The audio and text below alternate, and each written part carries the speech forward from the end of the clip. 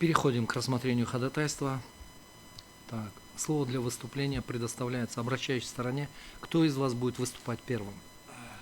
Алымкулов, да? Да. Алымкулов Сагын Зарлыкович. Пожалуйста, пройдите к трибуне.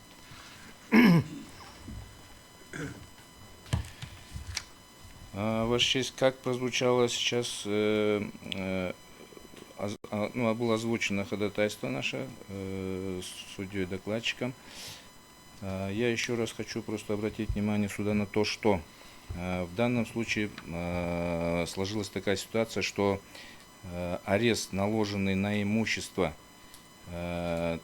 третьего лица, который не имеет отношения, причем никакого отношения к рассматриваемому делу, по которому был назначен, то есть был наложен арест, и невозможность собственника этого имущества обратиться в суд нарушила его конституционные права.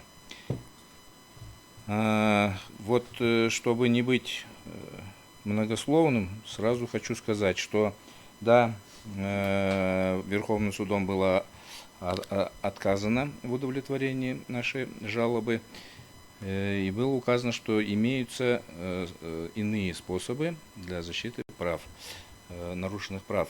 Именно с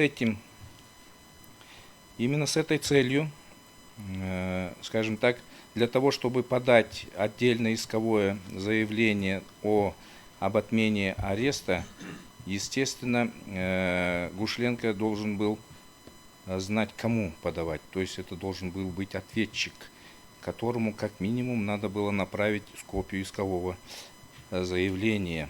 Вот именно в связи с этим я обратился в Ленинский районный суд для того, чтобы ознакомиться с материалами дела, для того, чтобы знать предмет иска, стороны, участвующие в этом деле, для чего и составить исковое заявление и направить их, естественно, ответчику и другим заинтересованным лицам.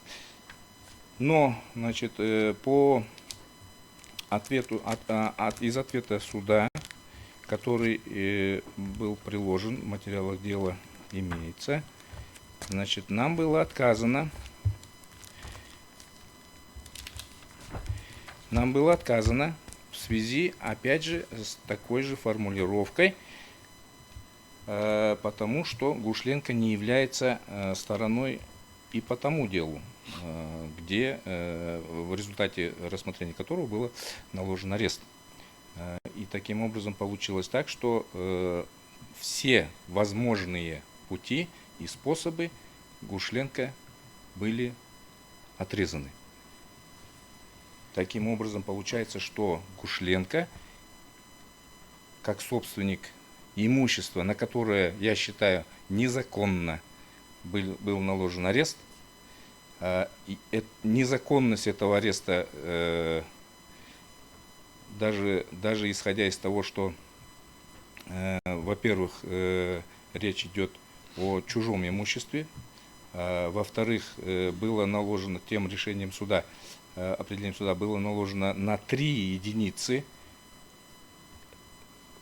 из которых имущество Гушленко уже несоразмерно значительно по стоимости больше, чем рассматриваем. То есть здесь незаконность не вызывает никаких сомнений. Но для того, чтобы это доказать, Гушленко должен зайти в суд с жалобой или с исковым заявлением, что ему было полностью отказано. Кроме того, Ваша честь, я просто хочу обратить внимание суда на то, что кроме того, что часть 1 статьи 148 противоречит, по моему мнению, противоречит Конституции 61 статье, кроме этого, эта же норма статьи противоречит 16 статье ГПК, в которой, в части 4 которого ясно изложена: обязанность судебных актов не лишает заинтересованных лиц, не участвующих в деле, возможности обратиться в суд за защитой своих нарушенных или оспариваемых прав и охраняемых законом интересов.